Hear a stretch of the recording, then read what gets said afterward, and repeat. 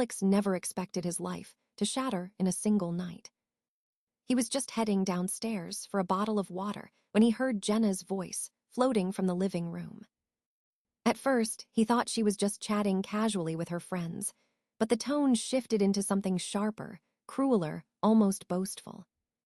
Then came the words that froze him mid-step, Jenna laughing as she bragged about sleeping with 3 different guys during spring break. Each detail hit him like a punch to the chest, and the girls' laughter echoed through the house like a taunt he couldn't escape. Alex stood hidden in the hallway, heart pounding, trying to understand how the woman he trusted could speak so casually about betraying him. By the time he gathered the courage to step forward, he already knew nothing about his life would ever be the same again. Alex stood in the dim hallway, barely able to feel his own fingers as Jenna and her friends continued laughing on the couch. He felt like he was listening to strangers, cruel strangers, recounting every moment of his humiliation without even knowing he was there to hear it. When Jenna described the first guy, her voice was almost proud, as if she had accomplished something impressive.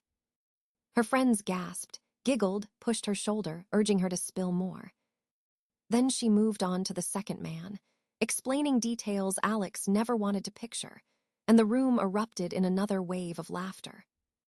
By the time she reached the third, she wasn't even whispering. She was drunk on attention, feeding off the shock and excitement of her audience. Alex's jaw tightened until it hurt. Something inside him quietly snapped. He stepped into the doorway, and the room fell into a sudden, suffocating silence.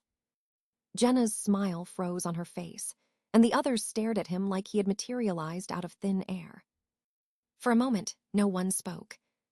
Then Jenna tried to laugh it off, pretending everything was fine, but the tremor in her voice gave her away. Alex didn't shout. He didn't need to. His voice was low, steady, and sharper than any scream. He told them he had heard everything. Every detail. Every lie. Every betrayal. The girls shifted uncomfortably on the couch, eyes darting anywhere except his. Jenna tried to reach for him, insisting it didn't mean anything, saying she was drunk, saying it was just a stupid mistake. But Alex stepped back, refusing to let her touch him. It wasn't just what she had done, though that alone shattered him. It was the way she boasted about it. The way she humiliated him behind his back. The way she treated their relationship like a joke for entertainment. He told her to leave. Not tomorrow. Not later. Now.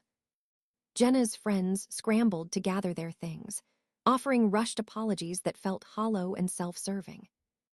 Jenna herself broke down, begging him to talk, insisting he misunderstood, swearing she could explain. But there was nothing left for her to explain. Trust wasn't something she had dented, it was something she had obliterated. Alex opened the front door and waited. Jenna hesitated, still sobbing, still pleading, but he didn't budge. Eventually, she stepped outside, and the door closed behind her with a finality that echoed through the house. As the silence settled, Alex stood alone in the living room where her laughter had filled the air just minutes before. The betrayal hung like smoke, thick and suffocating. He sank onto the edge of the couch, running a hand over his face, trying to comprehend how quickly everything had collapsed. The home they shared felt unfamiliar, like a crime scene he didn't want to return to. He didn't know what would come next.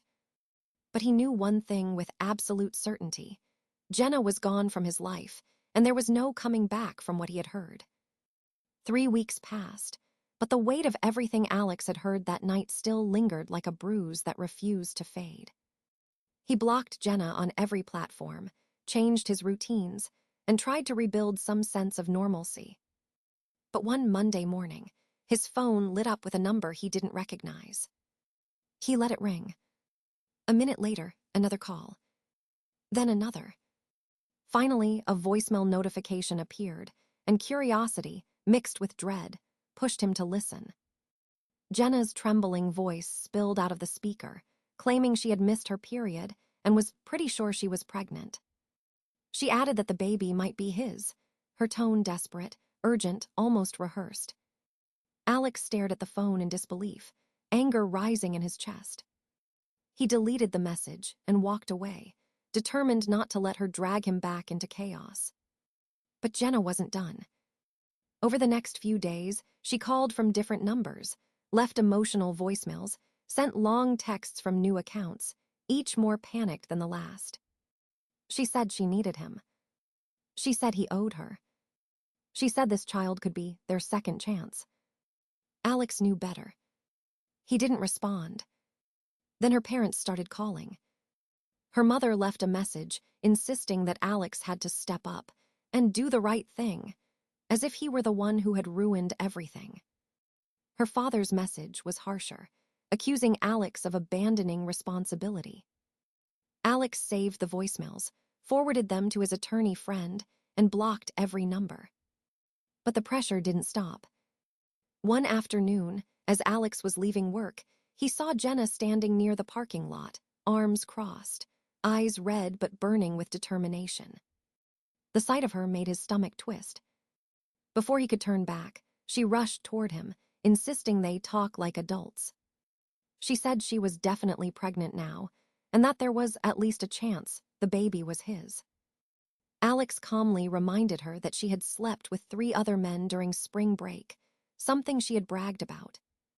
Jenna's face tightened, and she claimed those encounters didn't count, offering excuses that made no sense. When Alex refused to engage further, she raised her voice, drawing the attention of coworkers walking by. He felt humiliation wash over him, again. He stepped around her and got into his car, locking the door as she pounded on the window, crying and begging. He drove away without looking back.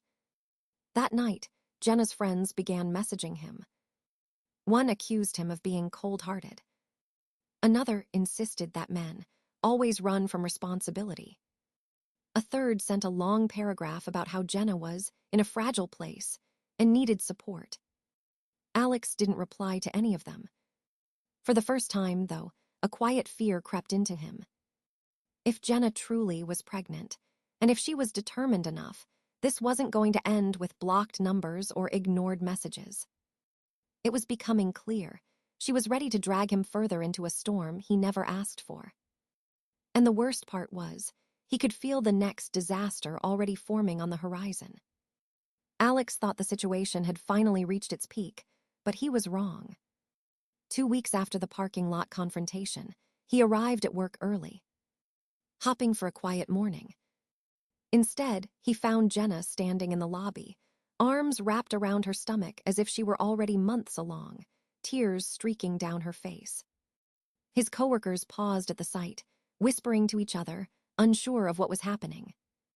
Alex felt his pulse spike. He approached cautiously, keeping his distance, already sensing she was about to cause a scene. The moment she saw him, she raised her voice, crying that he was avoiding her and abandoning his responsibility as a father. A few coworkers glanced over, uncomfortable but curious. Jenna continued, insisting she needed him to come home with her, that they needed to plan their future, that he was ruining her life by ignoring her. Alex quietly asked her to leave, reminding her this was his workplace, not somewhere to stage drama. But Jenna only grew louder. She claimed she couldn't afford prenatal care without him.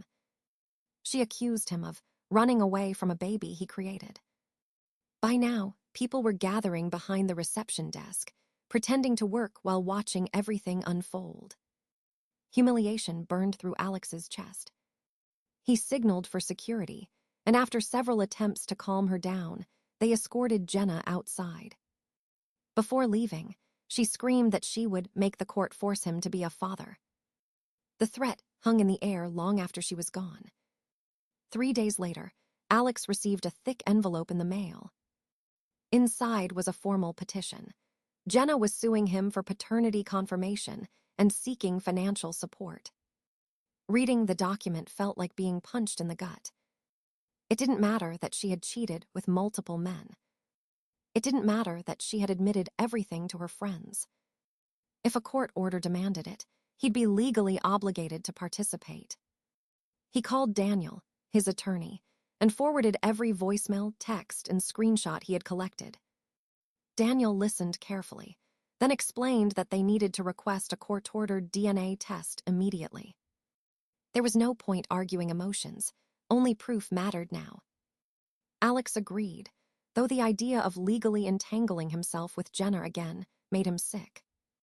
Over the next week, Jenna escalated everything. She posted vague messages on social media about a man abandoning his unborn child, accompanied by pictures of baby items and inspirational quotes. Her friends amplified the posts, tagging Alex indirectly, fueling the narrative that he was heartless. His inbox flooded with anonymous messages, accusing him of being a monster. Daniel prepared the legal documents and filed the request for mandatory DNA testing. When Jenna's lawyer responded, Alex felt the reality of the situation tighten around him like a vice.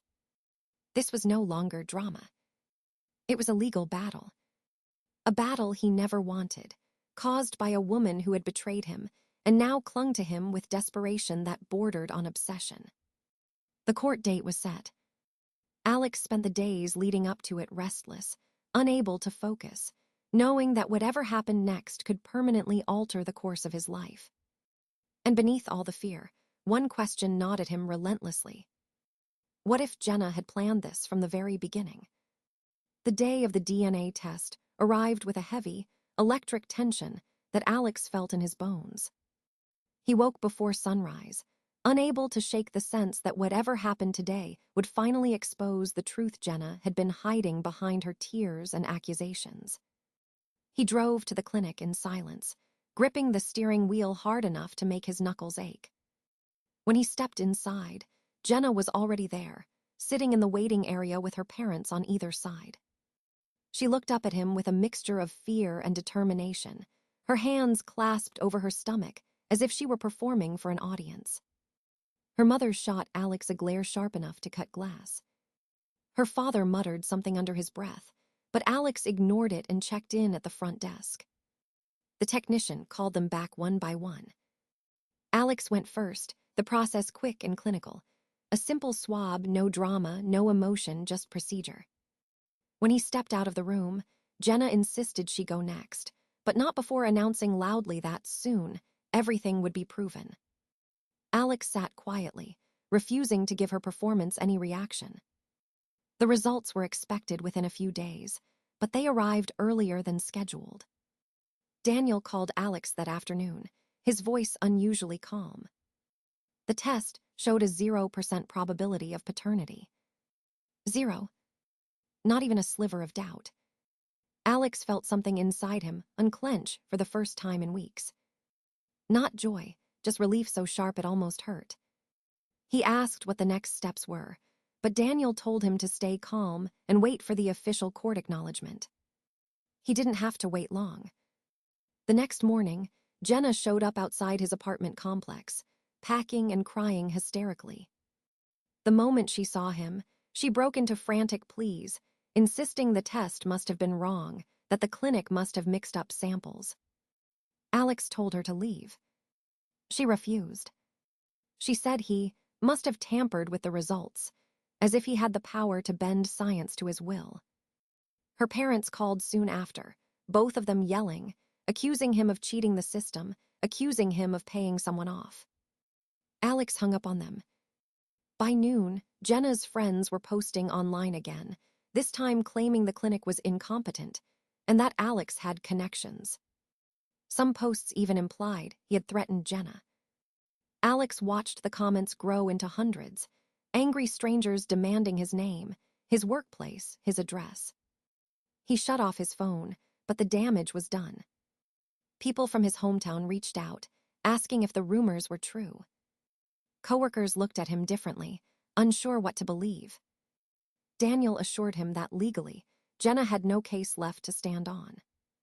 But Jenna wasn't interested in the law anymore. Her pride had been shredded, her image cracking under the weight of her own lies, and she was desperate to claw back control in any way she could. Alex realized then that the DNA results hadn't ended anything. They had only exposed how far Jenna was willing to go to rewrite reality, no matter who she destroyed along the way. The internet devoured the truth faster than anyone expected. Once the DNA results leaked, thanks to a court clerk who confirmed the outcome to a curious reporter, Jenna's carefully crafted online persona collapsed in real time. Her followers demanded answers, flooding her posts with questions she couldn't control or delete fast enough. Within hours, screenshots of her accusations against Alex were circulating everywhere, paired with the official confirmation that he wasn't the father. People who once adored her now turned on her with vicious speed.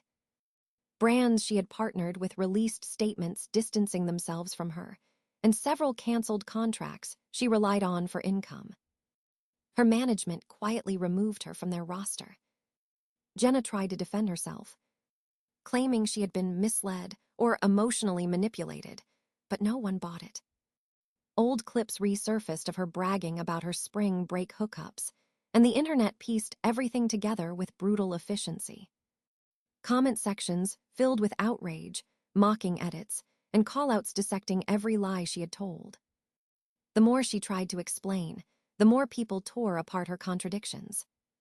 It didn't end with her. The men involved were exposed one by one, starting with Brian. His wife filed for divorce the same week the story blew up, citing infidelity and public humiliation. His employer discovered the scandal through social media, and by Friday, he was placed on leave pending an internal review. By Monday, he was fired. Then it was Tyler's turn. Someone recognized him in the leaked group photo Jenna had once posted and connected him to a private online community he had tried to keep secret. Within days, rumors about his sexuality spread across his conservative workplace. The pressure forced him to delete every account he had, but the story had already escaped his control. Meanwhile, Jenna became obsessed with tracking down the third man, Marcus, the DJ, convinced that if she could at least identify the real father, she could shift some of the blame.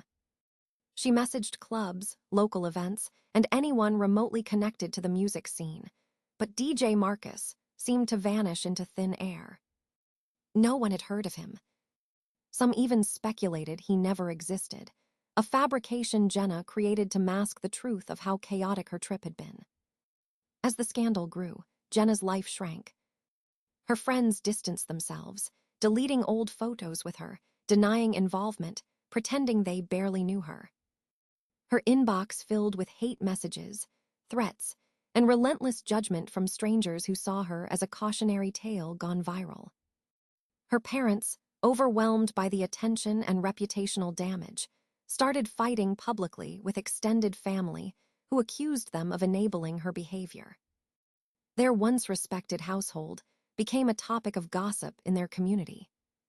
Through it all, Alex kept his head down, refusing to engage online, refusing to explain his side, refusing to fan the flames. He watched the chaos from a distance, feeling a complicated mix of pity, vindication, and exhaustion. He hadn't asked for any of this. But the truth had finally spoken louder than Jenna's lies, and the world had listened. For the first time in months, Alex felt like the tide was turning, just not in the way Jenna had imagined.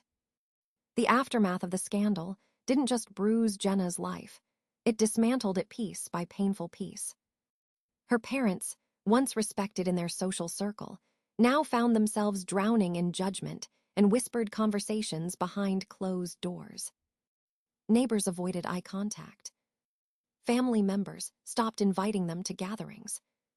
Everywhere they went, someone seemed to be starring, silently blaming them for raising a daughter who had turned a private disaster into a public circus. The financial strain hit next. Without Jenna's influencer income, the household faced bills they could no longer comfortably manage. Her father picked up extra shifts, her mother sold off old jewelry, and arguments erupted nightly over expenses they had never struggled with before. Jenna stayed mostly in her room, curtains drawn, laptop glowing as she attempted to salvage the only world she had ever been good at, the digital one. But even there, she was trapped.